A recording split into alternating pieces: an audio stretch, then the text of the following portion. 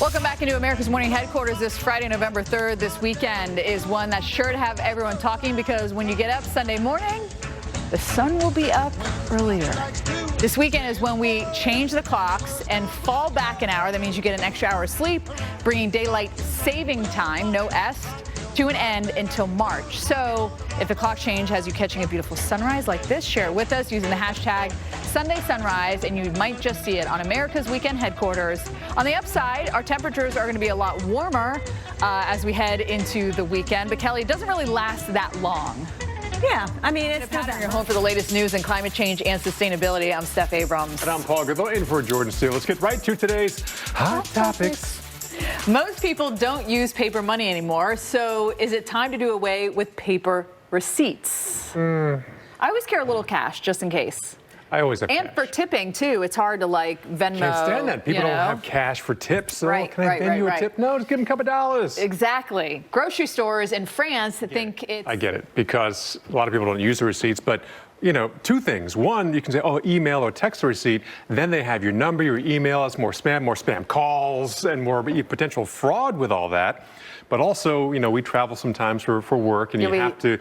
It's given the receipts. Yeah, you got to have the receipt to get reimbursed for things. Yeah. I love it when I choose, like, email option as a receipt at a store, but then I am, like, don't have a bag with me, and I'm just kind of carrying my items out, and I've chosen, like, email the receipt. And I literally have said to someone before, I'm like, oh, I bought this. I promise I did, because I worry I don't have a receipt to show, and it's not in a bag. It looks definitely on the shady side. Looking a little homeless there, a little home free there. California lawmaker is now following suit with the Skip the Slip bill. The bill aims to cut the number of unwanted receipts printed on a daily basis. Yeah, I see that. Not everyone needs the receipt at all. Yeah. But you know what? Poor outside air quality can take a toll on your health, but the air inside your home can also be just as toxic.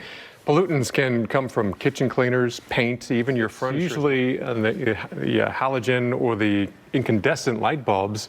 I have like maybe 2 or 3 of those. Yeah, they bulbs. don't heat up. Right. Are you saying that it's not going to heat up? And most, like the CFL lights, the LED lights, Yeah. they're trying to work on a solution for LED lights, but right now these are just the heat-creating light bulbs, which most people who buy new homes or buy a new light bulb, you're not going to buy a heat-producing light bulb.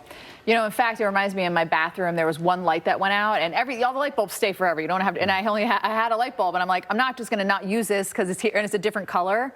Would that drive you crazy? Because it drives me a little bit nuts. Warm but white. I want to be wasteful. Warm white is what I look for. All right, on to our next one here, our next hot topic. A new electric camper could change the future of RVing and provide a zero-emissions way to relax. The Pebble Flow is a fuel as you're out there camping in the pristine environment. So I get that, but like the regular EVs, you got to get the price I think they will eventually, because I think this is the first I've heard of it. Doesn't mean it was the first one that's been made, right? Welcome back to The Pattern. It's all up to us to take care of our planet, even the people who are often forgotten. That's why one program is bringing environmental education to prisoners. And joining us now is Karen Hall, the Program Director of Ecological Education for the Institute of Applied Ecology. Thanks for joining us. Now, your institute has coordinated in the Sagebrush in Prisons project. So what does the program teach incarcerated people? Where is the program taking place? You mentioned the West, so I'm assuming it's happening there. Is it happening other places as well? And how many people have participated in it?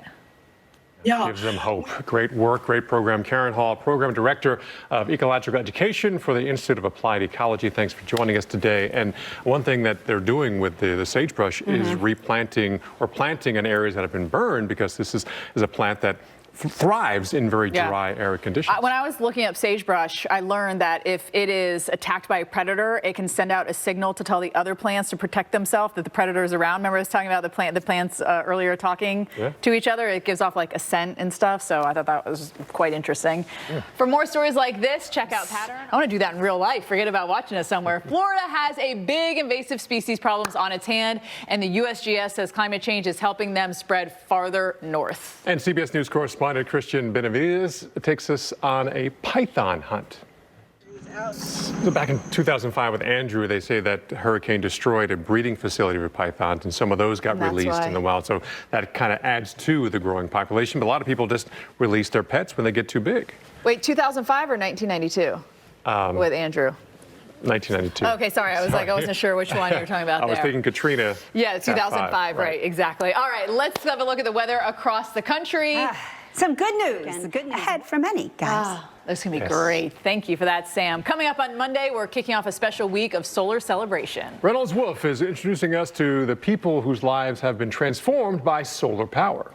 I'm really excited about this, and we're going to talk about solar panels all week long here on Pattern, starting Monday. Think about it. Every day, we have potential power over our heads. There's going to be so much sun in the south this weekend, so enjoy it, everybody. The Northeast, too. Yeah, that's true. First time in 2 months. That is true. All right, Woo TV has the rest of your weather needs for your weekend next. See you Monday.